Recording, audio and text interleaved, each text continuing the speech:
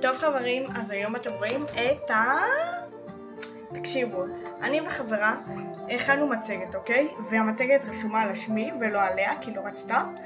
כאילו, אני רושמת, אבל בגלל שהיא גם, היא הלכה שנייה לשירותים, לא, היא הלכה לחדר שלי, היא אמרה שתצלמי סרטון ואז אני אבוא, אוקיי? היא לא יכולה שאני אראה אותה, היא לא רוצה, לא מסכימים לה, אוקיי? אז אתם תראו עכשיו את המצגת שלי, יאללה, בואו נתחיל, חכו.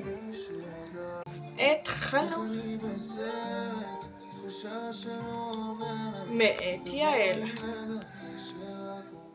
חופש גדול. בלילות את חסר. תמונות של חופש גדול. מתחילים. חופש גדול. איך לא? כן, ככה, לב שלך מתרגש. חידון של חופש גדול. עכשיו אנחנו נתחיל את החידון, ויש כל שאלה ואתם תרשמו לי את כל השאלה בתגובות. נתחיל. שאלה ראשונה, מה עדיף, חורף או קיץ? מה אני הכי אוהבת? תשובה לשאלה שלי זה קיץ, אני אוהבת קיץ. תכתבו לי מה אתם אוהבים, חורף או קיץ. שאלה שנייה, מה אתם עושים בחופש? בית מלון, טיול או בית? רגע, תכתבו את זה. אצלי התשובה, אני גם בבית מלון, גם עושה טיול, גם בבית, הכל ביחד. שאלה שלישית, מה עדיף, ים או בריכה? אני הכי אוהבת את שתיהם. זה ים, אבל באמיתי אני אוהבת את שתיהם, פשוט פה רשמתי ים. כי כל הכיתה שלי יודעת שאני אוהבת ים, הם לא יודעות שאני אוהבת את שתיהם.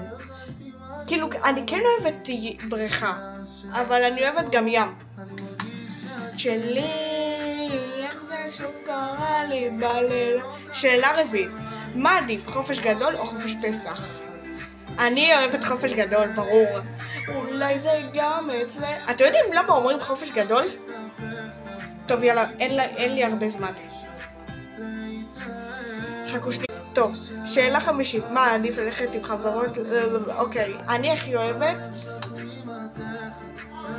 את שני.